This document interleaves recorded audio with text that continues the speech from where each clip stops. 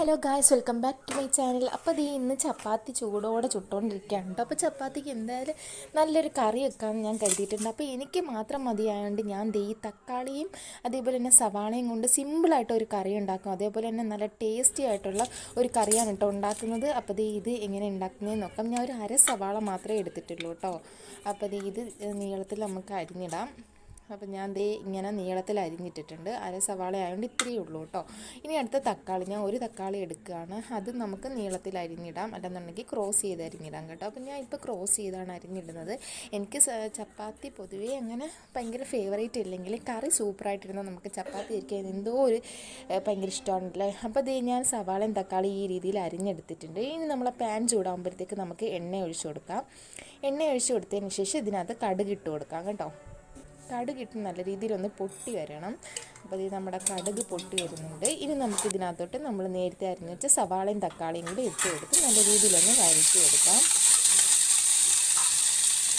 നല്ല രീതിയിലൊന്ന് വരട്ടി എടുക്കണം കേട്ടോ. നമുക്ക് തക്കാളി കൂടുതൽ വേണമെങ്കിൽ ആഡ് ചെയ്യാം കേട്ടോ. ഒന്നല്ല 2 തക്കാളിയൊക്കെ വേണമെങ്കിൽ നമുക്ക് ആഡ് ചെയ്യുമ്പോഴത്തേക്ക് കുറച്ചും കൂടെ ടേസ്റ്റ് ആയിരിക്കും കേട്ടോ.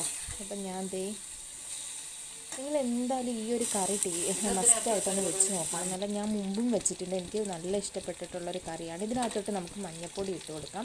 സവാളയും അതേപോലെ തന്നെ തക്കാളി നല്ല രീതിയിലൊന്ന് വെന്ത് വരുമ്പോഴത്തേക്കാണ് കേട്ടോ ഞാൻ മഞ്ഞൾപ്പൊടിയും അതേപോലെ തന്നെ പെരുംജീരകപ്പൊടി, അത് കഴിഞ്ഞിട്ട് നമുക്ക് മസാലപ്പൊടി ഇട്ട് കൊടുക്കാം. ഇനി കുറച്ച് കുരുമുളക് പൊടി ഇട്ട് കൊടുക്കാം. കുരുമുളക് പൊടി കുറച്ചും കൂടെ അധികം ഇട്ട് കൊടുക്കാം കേട്ടോ. അത് കഴിഞ്ഞിട്ട് നമ്മുടെ മുളക് പൊടിയും കൂടി ഇട്ട് നമുക്ക് നല്ല രീതിയിലൊന്ന് വഴറ്റിയെടുക്കാം. വഴറ്റിയെടുക്കുമ്പോഴത്തേക്ക് നമ്മുടെ ആ തക്കാളി നമ്മളൊന്ന് ഉടച്ചു കൊടുക്കണം കേട്ടോ, എങ്കിൽ അത് വെന്തങ്ങ് ചേരും.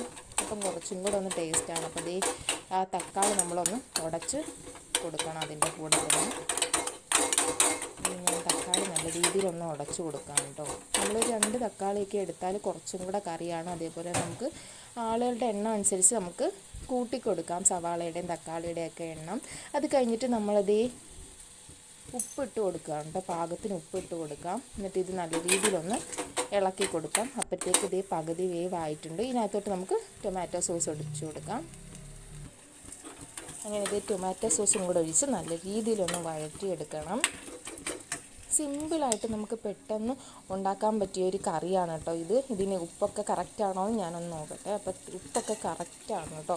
ഇനി നമുക്കിത് നല്ല രീതിയിലൊന്ന് വഴറ്റി ഒരു 5 മിനിറ്റ് ഒന്ന് ഇരിക്കുമ്പോഴത്തേക്ക് ഒന്ന് റെഡിയായി വരുമ്പോഴത്തേക്ക് ഒരു 5 മിനിറ്റ് നമുക്കിതൊന്ന് ഫ്ലെയിമിൽ വെച്ചേക്കാം. അങ്ങനെ ഒരു 5 മിനിറ്റിന് ശേഷം നമ്മുടെ കറി ഇവിടെ റെഡി ആയിട്ടുണ്ട്. ഒരു 2 മിനിറ്റ് സമയം ഇതിന് വേണ്ടി വരുന്നുള്ളൂ. അപ്പം നിങ്ങൾ എന്തായാലും